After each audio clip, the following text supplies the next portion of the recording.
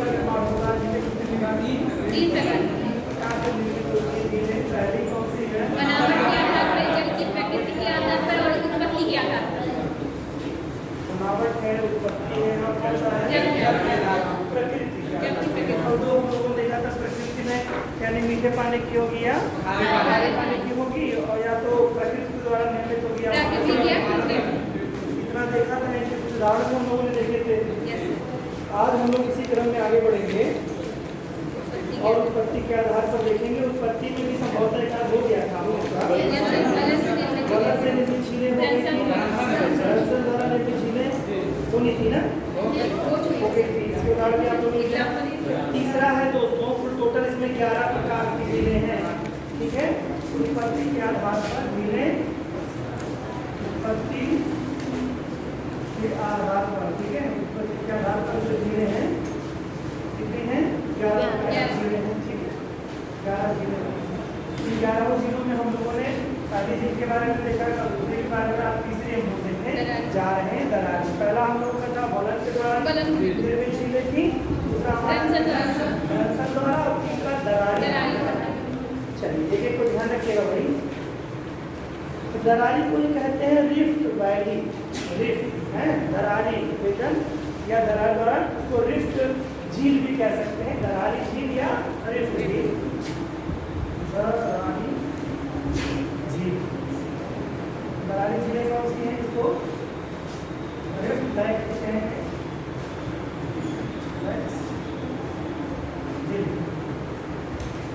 चलिए दोस्तों, इसमें लिखते हैं कि थोड़ा सा रिफ्ट वैली।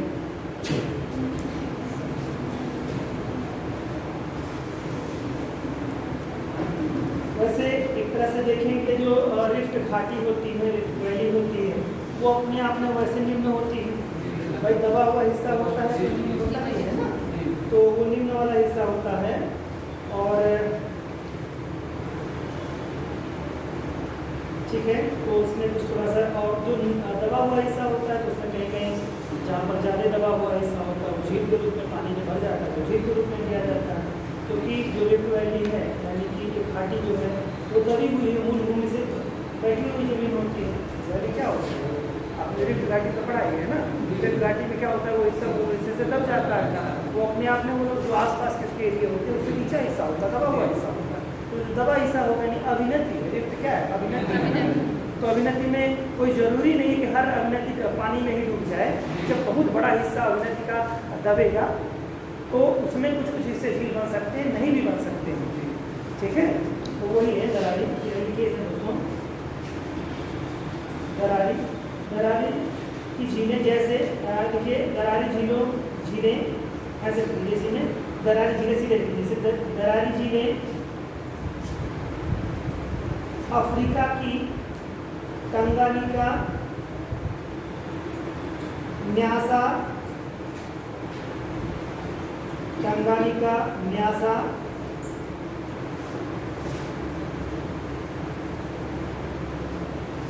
इजराइल एवं जॉर्डन की सीमा पर मृत सागर, डेड सी,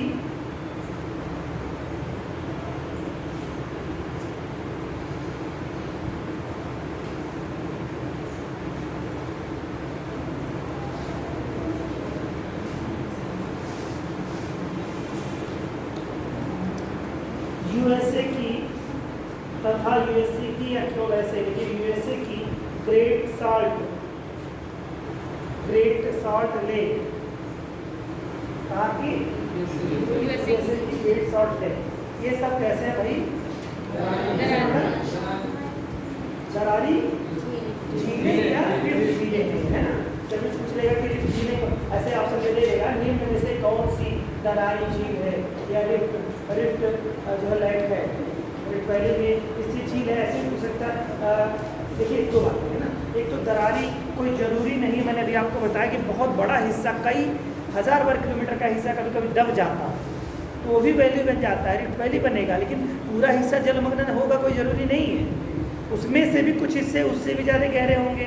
जैसे कहते हैं अभिनतियों में भी अभिनतियाँ होती हैं ना, जैसे मान लो पूरा कमरा दबा हुआ है, अभिनति है, तो इसमें कुछ हिस्से हो सकते हैं गड्ढे गड्ढे हो ना, Yes. और दबे हुए हिस्से हो सकते हैं, तो झीलें वहीं बनेगी। तो ये सब क्या वैली में स्थित यानी रिफ्ट वैली में स्थित झीलें हैं। डेड सी कहाँ है?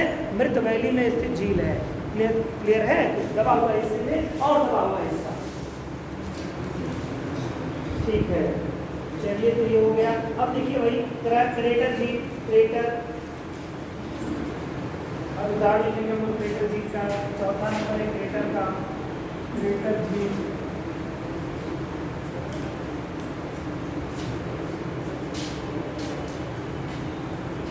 क्रेटर, क्रेटर जानते हैं यहाँ तो बना है, क्या होता है क्रेटर? ज्वालामुखी का क्या? लावा जहाँ से निकला रहता है तो पतला सा, अजय जहाँ से ज्वालामुखी मतलब बाहर निकलती है तो वहाँ से मतलब एक पतली नलिका टाइप का ऊपर बन जाता है। फिर बारिश होने से बारिश वारिश होती है तो नलिका।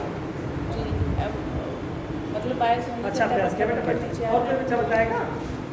बताओ बेटा।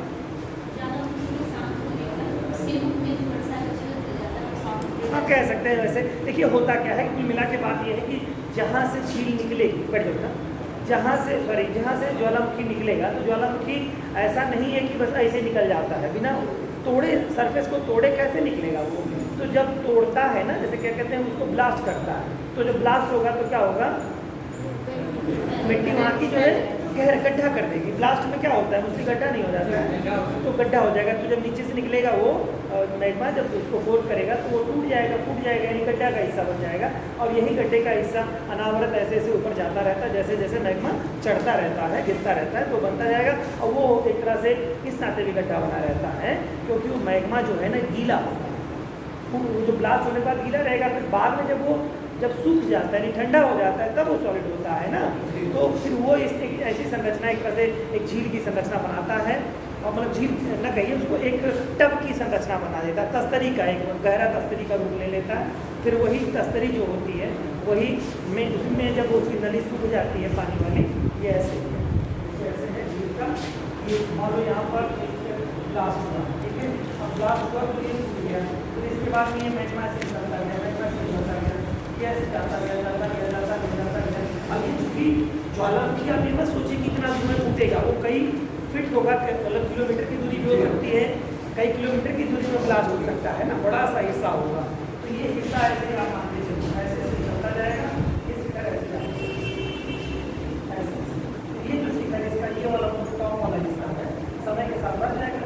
मतलब ये समय के साथ जब टूट जाएगा तो बढ़ जाएगी, नहीं भर जाएगी। ये वाला जो होता है यही आपका क्या हो जाता है,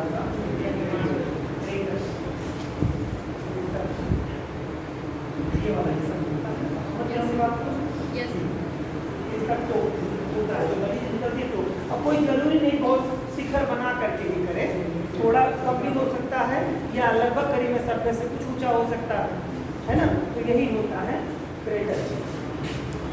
चलिए ज्वालामुखी के दौरान ज्वालामुखी के क्रेटर, इसी को ही नाम देखिए। अब ये क्या कहा जाता है, बस लोग इसको नाम दिया जाता है क्रेटर, जहाँ से ज्वालामुखी निकलता है। और ये कहता है ज्वालामुखी सन, मैंने बताया था ज्वालामुखी सन,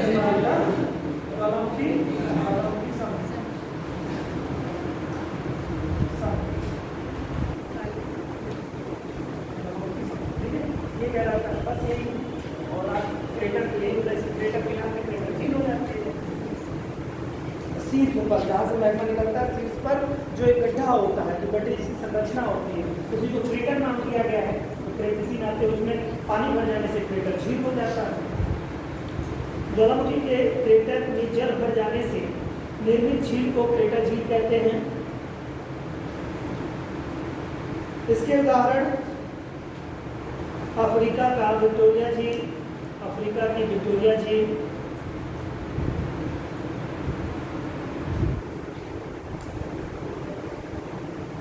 एंडीज पर्वत की टिटिकाका झील,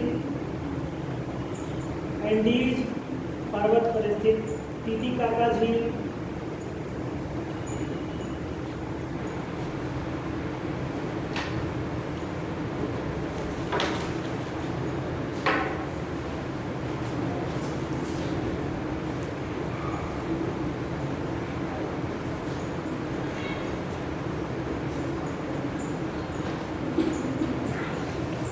यूएसए के,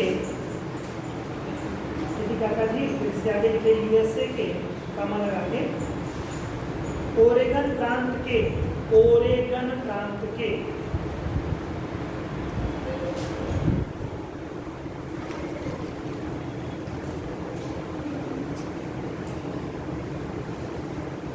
क्रेटर लेक, क्रेटर लेक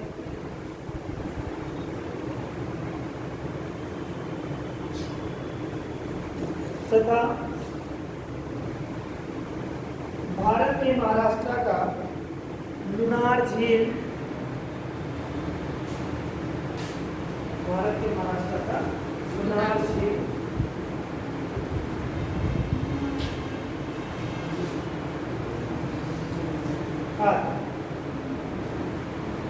इसके अलावा हम लोगों को दिमागी रीड करना है, तो पहले हम लोग दिमागी वाले रीड कर देंगे।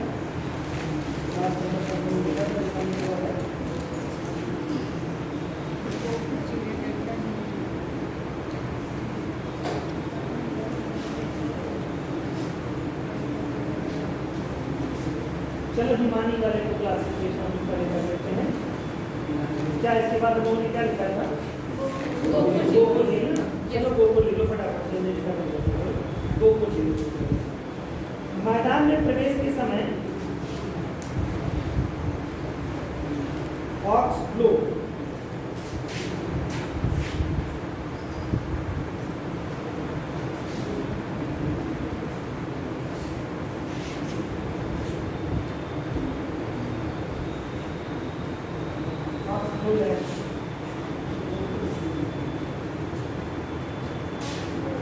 हिंदी में कहेंगे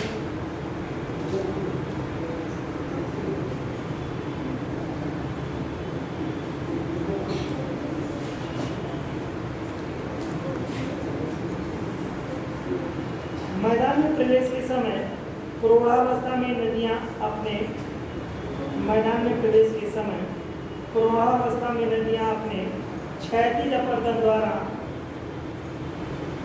नदियां अपने क्षैतिज अपर्दन द्वारा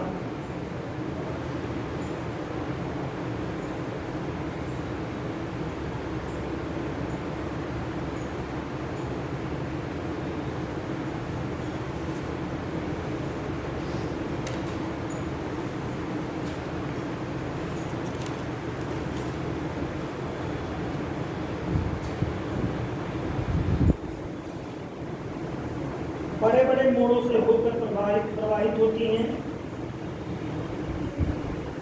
बड़े बड़े मोड़ों से होकर प्रवाहित होती हैं। प्रौढ़ावस्था में नदियां अपने क्षैतिज अपर्दन द्वारा बड़े बड़े मोड़ों से होकर प्रवाहित होती हैं।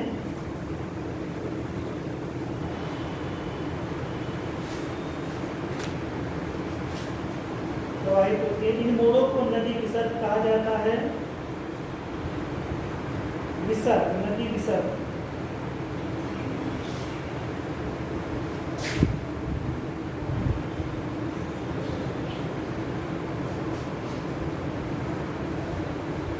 मेंढा कहा जाता है, इंग्लिश वर्ड मेंढा,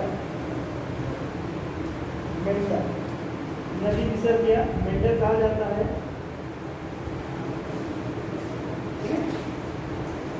विसर्ग यानी अपना से सर आप ये बोल है नदियां से जा रही है तो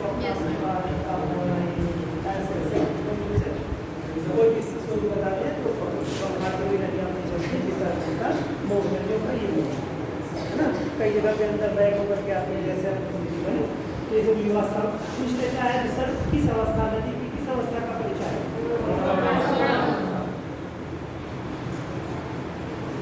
या ये विसर्ग किसके द्वारा निर्मित स्थलाकृति, नदी द्वारा निर्मित। बहुत तरह से क्वेश्चन आते हैं इसमें। इन विसर्गों में जल भर जाने से, इन विसर्गों में जल भर जाने से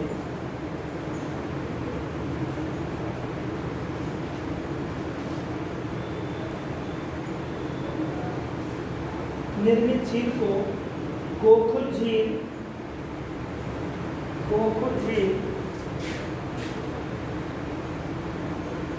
या चापाकार झील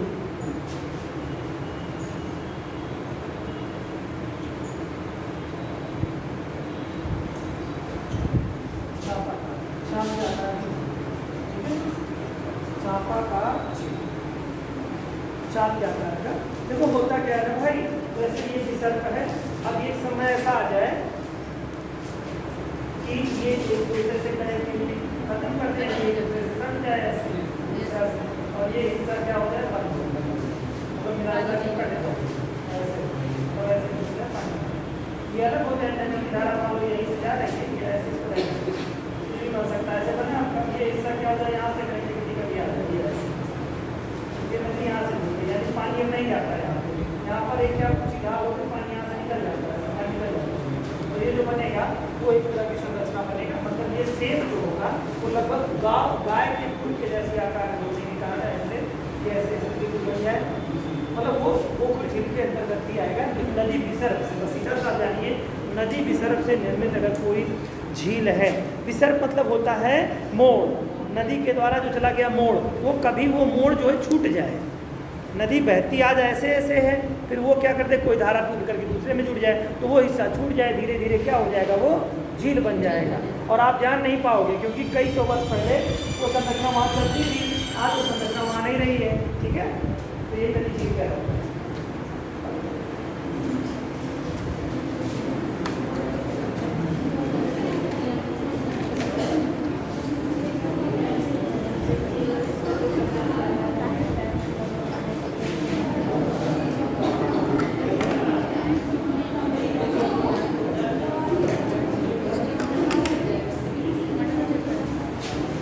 गोकुल या चापाकल झील की संज्ञा दी जाती है, जैसे इसके उदाहरण भारत के मैदानी झीलें हैं, भारत की मैदानी झीलें इसके उदाहरण हैं।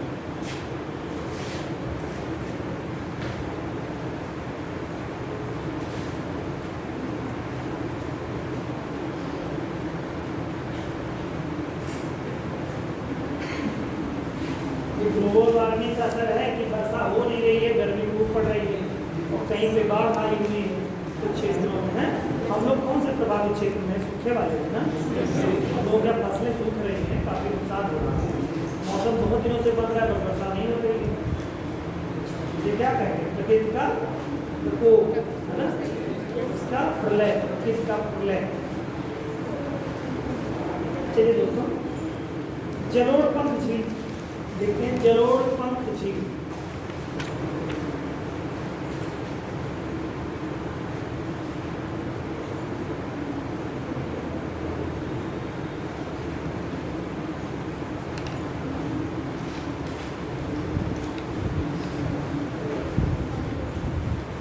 इस प्रकार की झीलों का निर्माण जलोढ़ पंख द्वारा,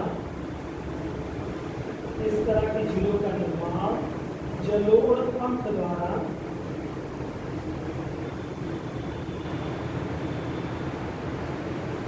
जब नदी अवरुद्ध हो जाती है, जलोढ़ पंख द्वारा जब नदी अवरुद्ध हो जाती है,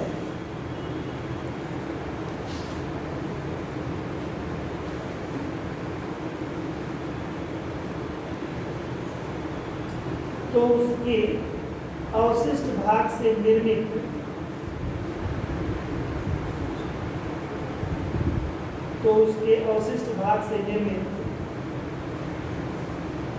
होता है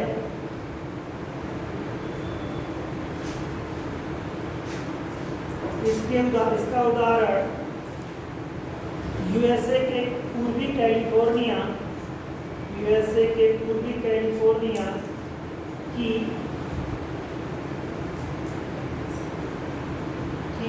आवेंस झील है, आवेंस कहाँ की है, पूर्वी कैलिफोर्निया की आवेंस झील है। डेल्टा झील की तो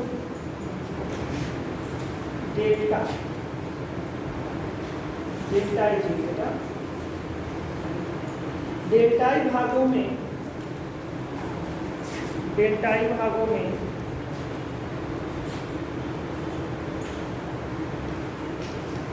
नदियां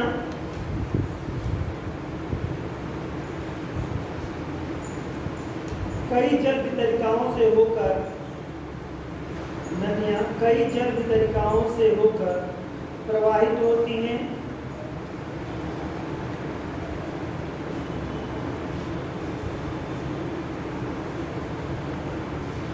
कई जल वितरिकाओं से होकर प्रवाहित होती हैं।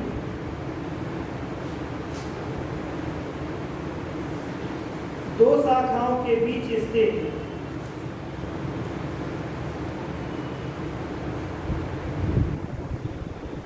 डेल्टा वाले भाग के बीच, दो शाखाओं के बीच स्थित डेल्टा वाले भाग के बीच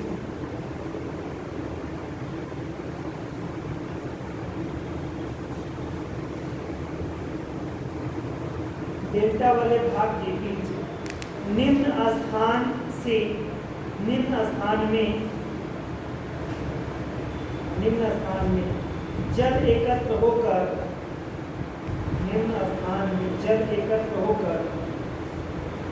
झील का निर्माण होता है।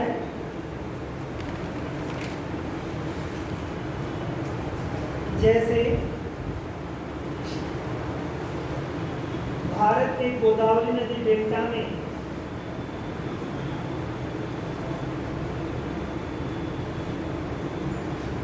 स्थित भारत के गोदावरी नदी डेल्टा में स्थित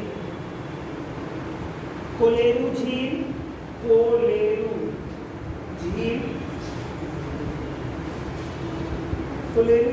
ही कोलेयर झील भी कहते हैं। कोलेरू ऐसे ज़्यादा फेमस है, कोलेयर भी कहते हैं इसको, या कोलेरू ऐसे ज़्यादा फेमस, सभी जानते हैं कोलेरू झील के बारे में। ठीक है।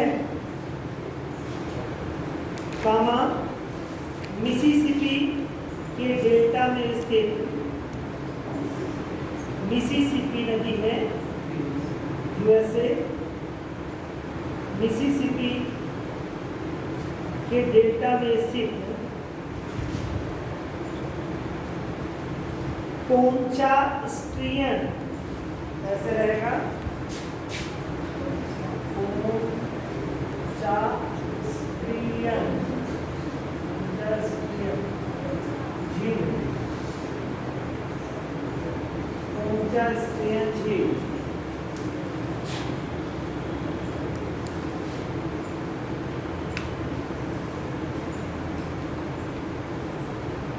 नील नदी के डेल्टा में स्थित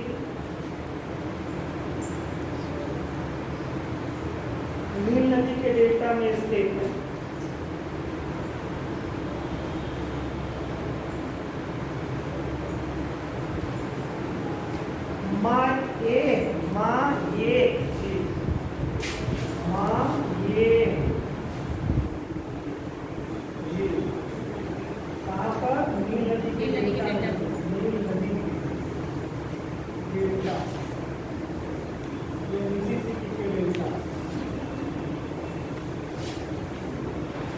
सब अगर याद आप लोग कर लेंगे ना तो इतनी अच्छी पकड़ हो जाएगी और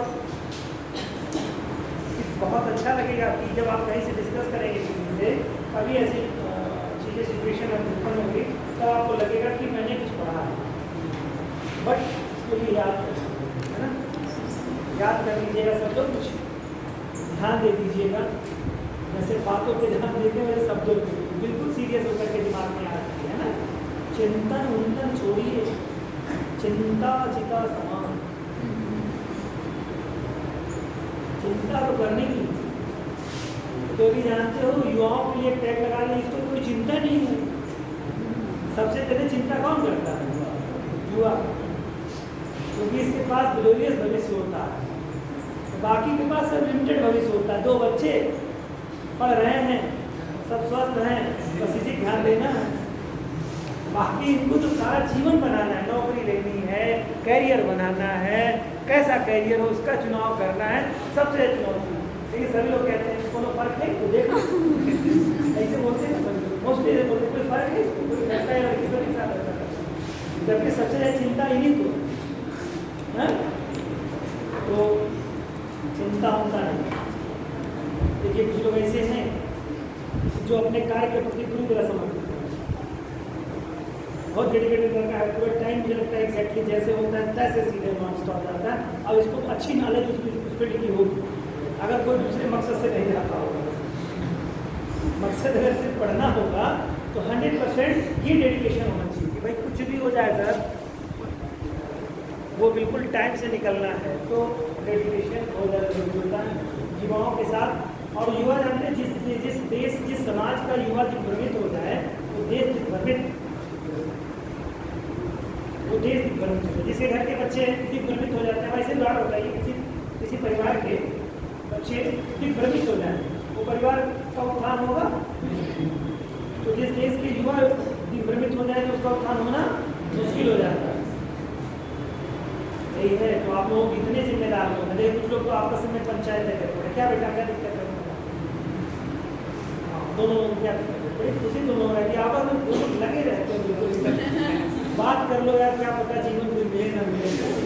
आज के बाद हम लोग यहाँ से दिल्ली छोड़ रहे हैं, अब आज के बाद कहाँ मुखर्जी नगर, कहाँ तुम रहेंगे, ऐसा मत किया करो, थोड़ा सीरियसली ध्यान रखना करो, तो फिर तुम लोगों का प्रोग्रेसिव रहेगा।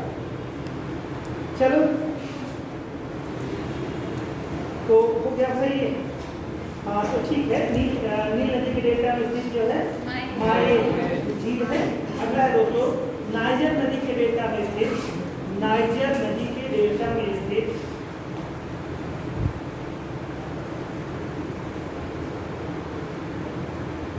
मेरी घाट झील, मेरी घाट झील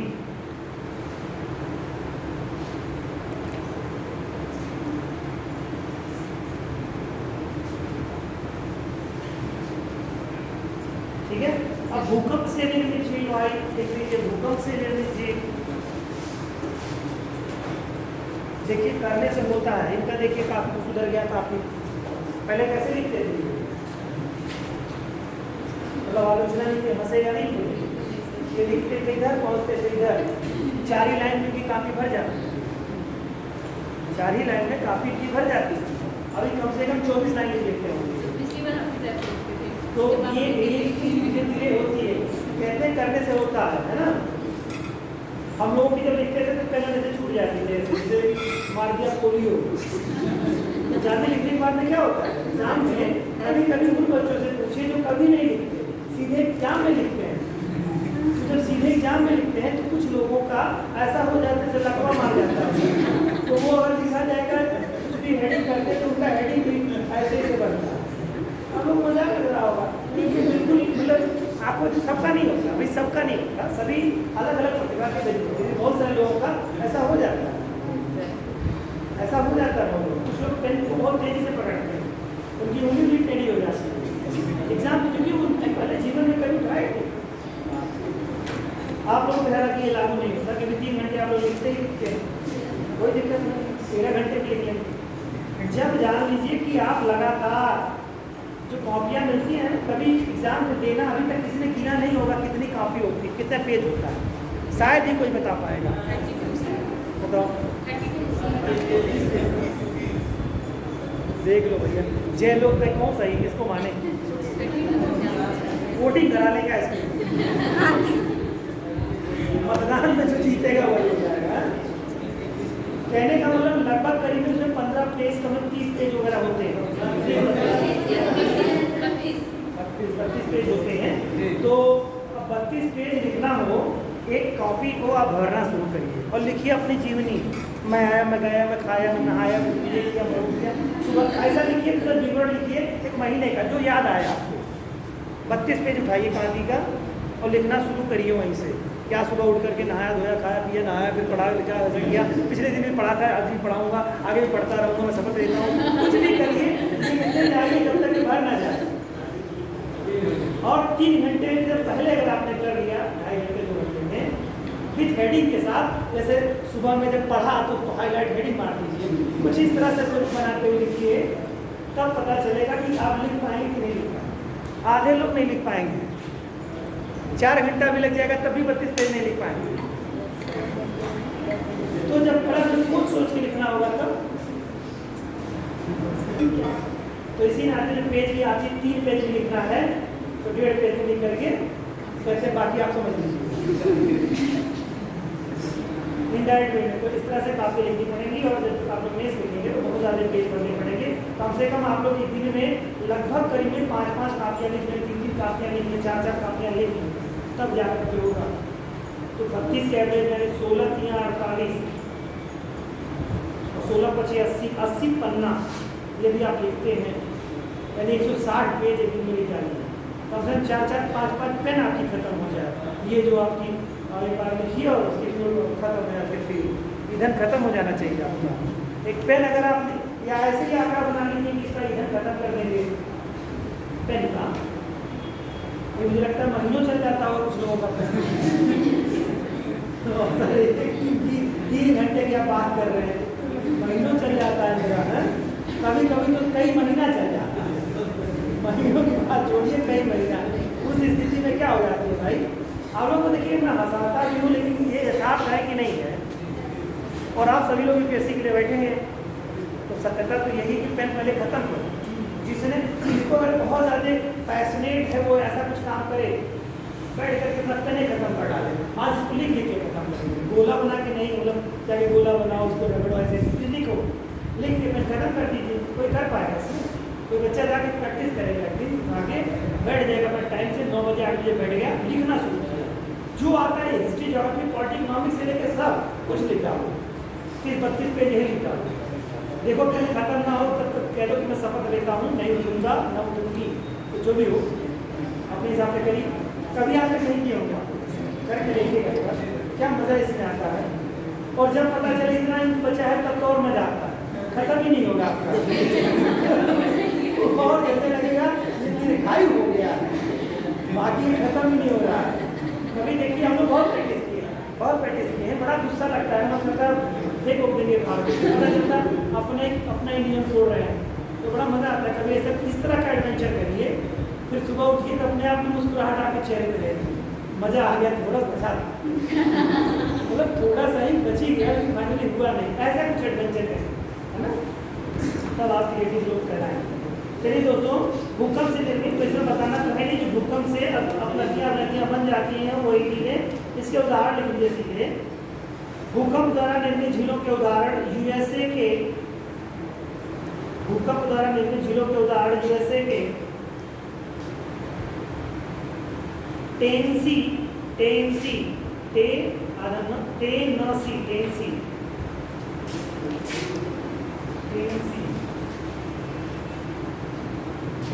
तथा रील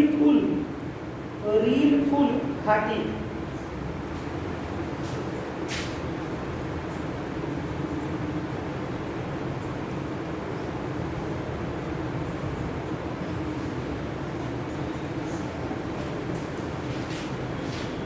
चलिए ये हो गया। अगला दोस्तों लिखिए अवनमन कुंड झील, अवनमन कुंड झील बेटा,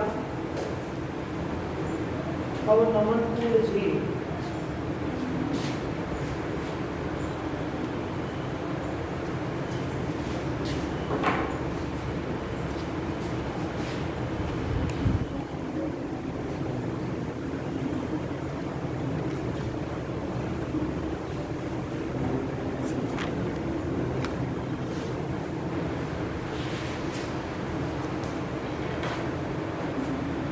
नदियों के मार्ग में बड़े बड़े जलप्रपातों के,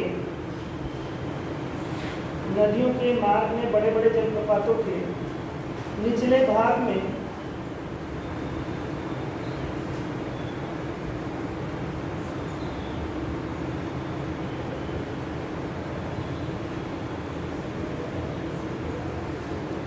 निर्मित गहरे गड्ढों, नदियों के मार्ग में बड़े बड़े जलप्रपातों के निचले भाग में, बड़े बड़े जलप्रपातों के निचले भाग में निर्मित गहरे गड्ढों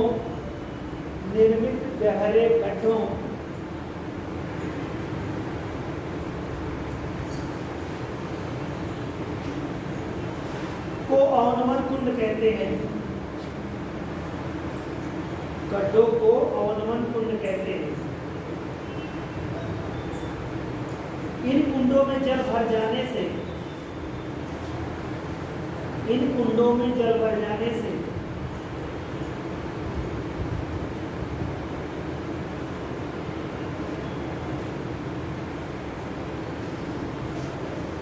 कुंडों में जल भर जाने से अवनवन कुंड झील का निर्माण होता है। समझ में आया अवनवन कुंड बेटा? अवनवन कुंड मतलब ये हो गया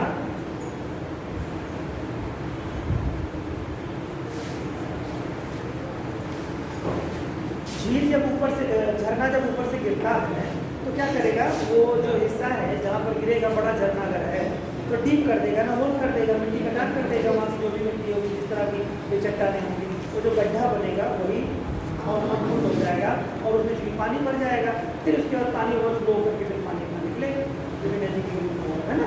एक तरह से नदी ऊपर से आई, यहाँ पर बस अंतर ये है कि जैसे पानी ऐसे आकर के झील में जाकर के ऐसे नहीं निकलता, बस अंतर है ऊपर से आएगा और उसकी चोट से जो गड्ढे का निर्माण हुआ है, कटान हुई है, वो ठीक है। अगला है संरचनात्मक झील। संरचनात्मक झील, स्ट्रक्चरल लैग, संरचनात्मक झील। तो बस ऐसे ही जान लीजिए, बहुत सारे उदाहरण मिलेंगे, क्योंकि ऐसी जो छोटी छोटी झीलें मिलेंगी, कुछ इस तरह से पर्टिकुलर कोई बहुत बड़ी बड़ी झीलें नहीं मिलेंगी, कहीं कहीं तो झीलें मिल जाती, छोटी झीलें मिलेंगी। संरचनात्मक झीलें जब नदी के मार्ग में कठोर चट्टानें आ जाती हैं,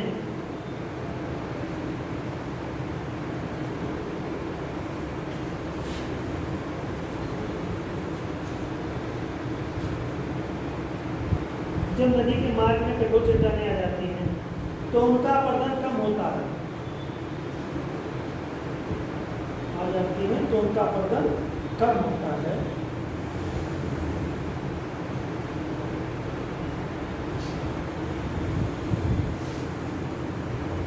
परंतु कोमल शैलों का अपरदन अधिक होता है, परंतु कोमल शैलों का अपरदन अधिक होता है। परिणाम स्वरूप कठोर शैलों के पीछे, परिणाम स्वरूप कठोर शैलों के पीछे नदी का जल, कठोर शैलों के पीछे नदी का जल अवरुद्ध हो जाता है। ये कर ले रहा हूँ, परिणाम स्वरूप कठोर शैलों के पीछे नदी का जल अवरुद्ध हो जाता है तथा अस्थायी झील का निर्माण हो जाता है, तथा अस्थायी झील का निर्माण हो जाता है, जिसे संरचनात्मक झील कहते हैं, जिसे संरचनात्मक झील कहते हैं। चलिए अब हिमालय झीलों के बारे में थोड़ा सा कर लेते हैं फटाफट। देखिए हिमालय द्वारा निर्मित झीलों के बारे में लिखिए। हिमालय निर्मित झीलें, ये काफ़ी इंपॉर्टेंट है, इसे क्वेश्चन आए हैं दोस्तों और आगे भी आएंगे। प्लीस्टोसीन युग के युग में, प्लीस्टोसीन युग में संपन्न, प्लीस्टोसीन युग में संपन्न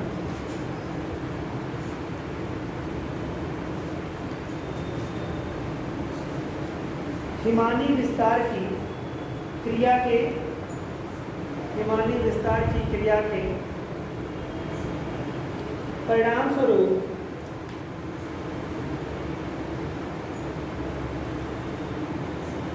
विश्व के अनेक भागों में, विश्व के अनेक भागों में ऐसी झीलों का प्लीस्टोसीन युग में संपन्न हिमानी विस्तार की क्रिया के परिणाम स्वरूप विश्व के अनेक भागों में ऐसी झीलों का निर्माण हुआ है, ऐसी झीलों का निर्माण हुआ है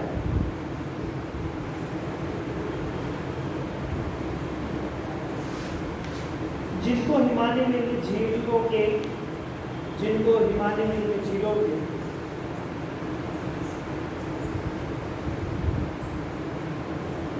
अंतर्गत रखा जाता है, जिनको हिमालय में झीलों के अंतर्गत रखा जाता है।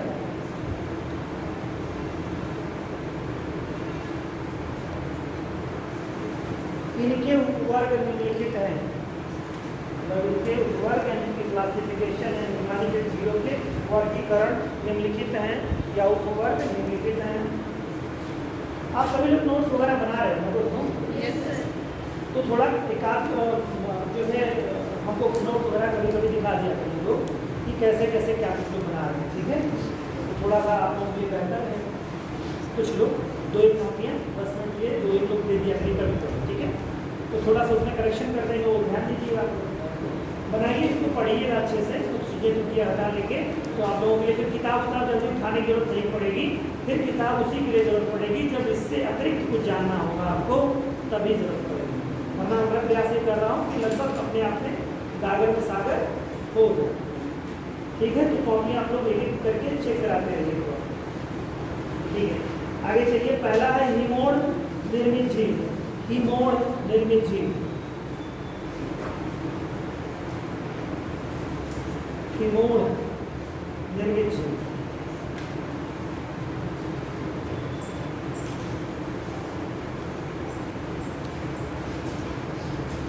इसके उदाहरण, हिमोड़ निर्मित झीलों के उदाहरण है, इसके उदाहरण उत्तरी अमेरिका की ग्रेट लेक्स, वही सुपीरियर, मिशिगन, ह्यूरन, ईरी और ऑन्टेरियो, इन्हीं की बात कर रहा है, ठीक है? ये ग्रेट लेक्स। उत्तरी अमेरिका की महान झीलें, कनाडा की विनिपेग झील, कनाडा में बहुत सारे झीलें आपको मिलेंगे, ठीक है? विनिपेग झील, कनाडा की विनिपेग झील, ग्रेट बियर झील, ग्रेट बियर, ये कनाडा की सब है बेटा।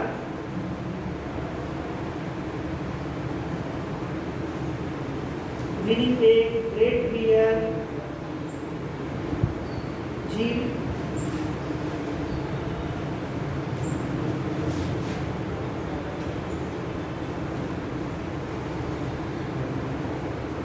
ब्रिटिश कोलंबिया की एरो झील, ब्रिटिश कोलंबिया की एरो झील आदि।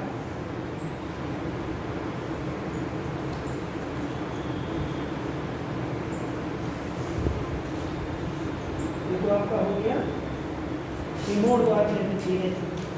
अब लिखिए हिमावरोधी झीलें, दूसरा लिखिए दोस्तों, हिमावरोधी झील। दूसरा क्या होगा? हिमावरोधी झीलें।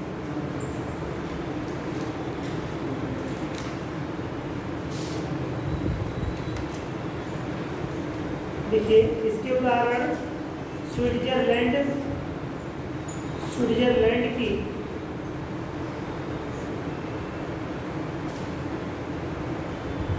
मार्जेल नसी,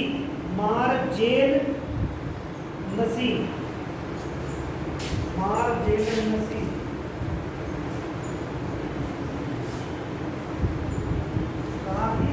स्विट्जरलैंड।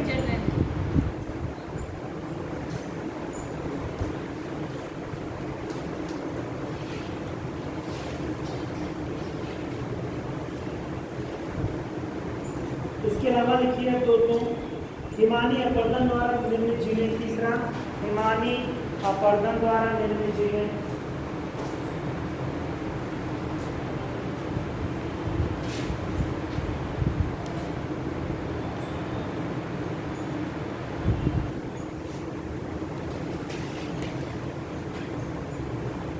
हिमानी अपर्दन से कौन सी निर्मित झीलें बनती हैं?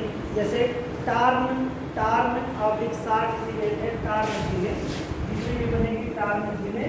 अब इसके द्वारा बहुत सारे टार्न झीलों के हैं, आगे चल करके पढ़ेंगे आप टार्न या सार्क झीलें, टार्न या सार्क झीलें, ठीक है?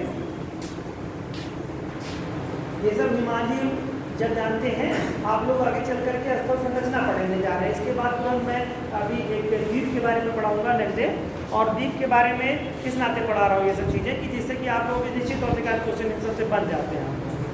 तो एक एक क्वेश्चन छूटे ना। और इसके बाद में जब आप पढ़ेंगे तो वहाँ पर पवन द्वारा निर्मित स्थलाकृतियाँ, अपवर्धन द्वारा, निक्षेपण द्वारा निर्मित स्थलाकृतियाँ होगी, पवन के फिर इसके बाद में भूमिगत जल के हिमानी द्वारा निर्मित स्थलाकृतियाँ, है ना, हिमानी के अपरदन द्वारा निर्मित स्थलाकृतियाँ, हिमानी के निक्षेपण द्वारा निर्मित स्थलाकृतियाँ, समझ में बुझा रहा है। तो इनके द्वारा निर्मित स्थलाकृतियाँ पढ़ेंगे तो वहाँ पर आप लोग ये झीलों के बारे में जो हिमानी द्वारा निर्मित स्थलाकृतियाँ हैं यहाँ जो देख रहे हैं ये सब वहाँ पर आपको जिक्र आएगा।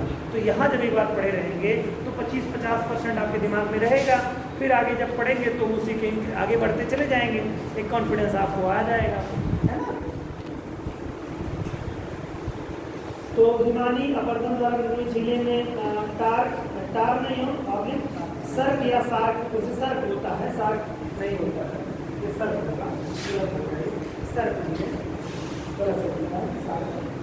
सर्क झीलें, काक झीलें, काक,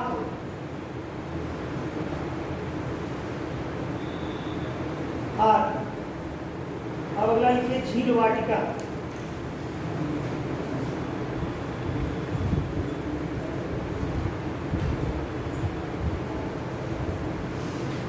झील वाटिका, वाटिका मतलब क्या होता है? बगीचा।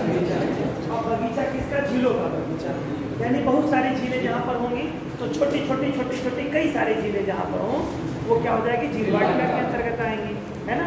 तो ऐसी चीज़ें कहाँ मिलेंगी? उन क्षेत्रों में मिलेंगी जहाँ पर ये हिमानी वाला है तो क्या होगा? पोल पे मिलेंगी, पोल वाले हिस्से में, यानी कनाडा ये हिस्से में आपको मिल जाएंगे। कनाडा जो आपका पड़ेगा ऊपर, ग्रीनलैंड वगैरह के हिस्सों में पाए जाएंगे, है ना।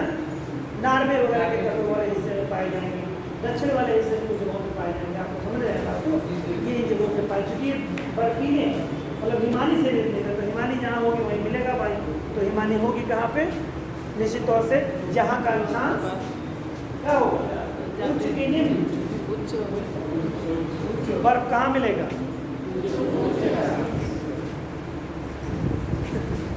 जलवायु का असर कहाँ होता है? सूर्य तब कहाँ ज़्यादा मिलता है दोस्तों? कहाँ कम होता है? जरा 2-3 आधार को बता दें हमको। सूर्य तब सबसे ज़्यादा कहाँ मिलेगा? हाँ, निम्न अक्षांश होंगे भाई। 0 डिग्री क्या है? उच्च है कि निम्न? उच्च है आपका 0 डिग्री क्या है? निम्न अक्षांश है, क्योंकि उससे ज़्यादा माइनस में हो जाएगा ना भाई। तो माइनस में कोई अक्षांश होता ही नहीं है। तो 0 से लेके 1, 2, 3, 4 करते हैं 90 डिग्री पहुँचेंगे। 0 से लेके 1, 2, 3, 4 90 डिग्री पहुँचेंगे। जैसे भारत का विस्तार देखिए कहाँ से 8 डिग्री 4 मिनट 2 डिग्री देखिए तो यहाँ से। चलिए समय कम है तो हो गया। ये झीलें होती हैं जैसे कि तो जहाँ झील वाटिका मिलती है दोस्तों, जहाँ पर हिमानी निर्मित छोटी छोटी झीलें सैकड़ों की संख्या में पाई जाती हैं। जहाँ पर हिमानी निर्मित छोटी छोटी झीलें सैकड़ों की संख्या में समूह में पाई जाती हैं, सैकड़ों की संख्या में समूह में पाई जाती हैं, उन्हें झील वाटिका कहते हैं। सैकड़ों की संख्या में पाई जाती है उन्हें झील वाटिका कहते हैं। जैसे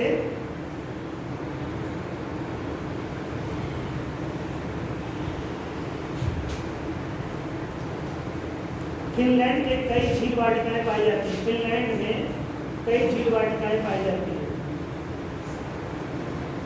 अगला लिख लो बेटा, थर्मोक्रास्ट झील। बहुत जल्दी लिखो, थर्मोक्रास्ट। थर्मोक्रास्ट कल हमने बोला था आपको, हेडिंग है थर्मोक्रास्ट। 5 प्रकार की जो हिमानी द्वारा निर्मित झील है वो थर्मोक्रास्ट है। देखिए, परिहिमानी क्षेत्रों में जब, परिहिमानी क्षेत्रों में जब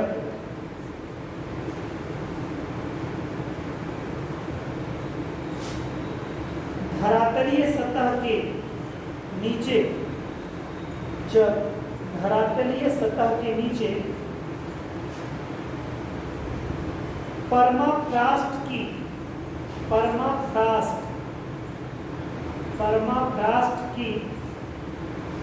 हिम पिघल जाती है, परमाफ्रास्ट की हिम पिघल जाती है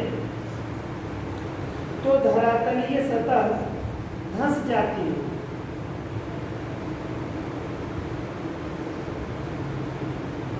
और इस तरह निर्मित गड्ढे में,